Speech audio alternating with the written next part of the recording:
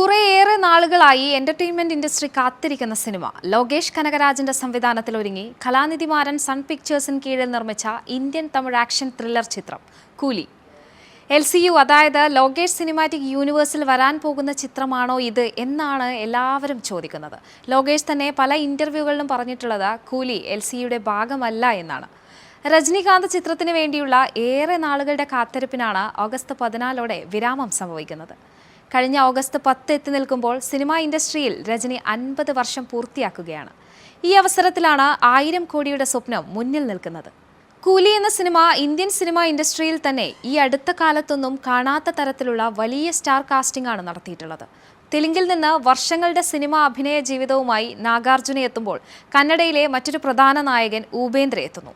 മലയാളത്തിന്റെ സൗബിനും നോർത്ത് ഇന്ത്യയിൽ നിന്നും അമീർ ഖാനും എത്തുന്നു. രജനിയോടുള്ള അടങ്ങാത്ത ആരാധനയോടെയാണ് അമീർ ഖാന്റെ വരവ്.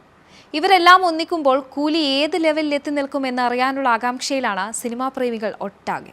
കൂലിയിലെ 3 ഗാനങ്ങൾ ഇതിനോടകം പുറത്തിറങ്ങിക്കഴിഞ്ഞു. എല്ലാം ഒന്നിനൊന്ന് വൈറൽ. മോണിക്ക എന്ന ഗാനം പൂജയെ വെല്ലും വിധം സൗബിൻ ഷാഹിറിന്റെ പെർഫോമൻസ് ആയിരുന്നു സോഷ്യൽ മീഡിയയിൽ ചർച്ചാ വിഷയമായത്.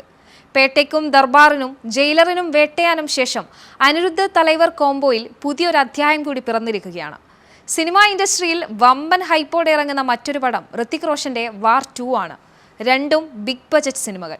ഓഗസ്റ്റ് 14 തന്നെ റിലീസാവുന്ന 2 പടങ്ങളും പ്രേക്ഷകർ ഏറെ കാത്തിരുന്നവയാണ്. വിജയ്ക്ക് ലിയോയും കാർത്തിക് കൈദിയും കമലഹാസന് വിക്രവും നൽകി. ഇനി തലൈവരുടെ എൻട്രിയാണ്. We are waiting. NTV UAE to the world.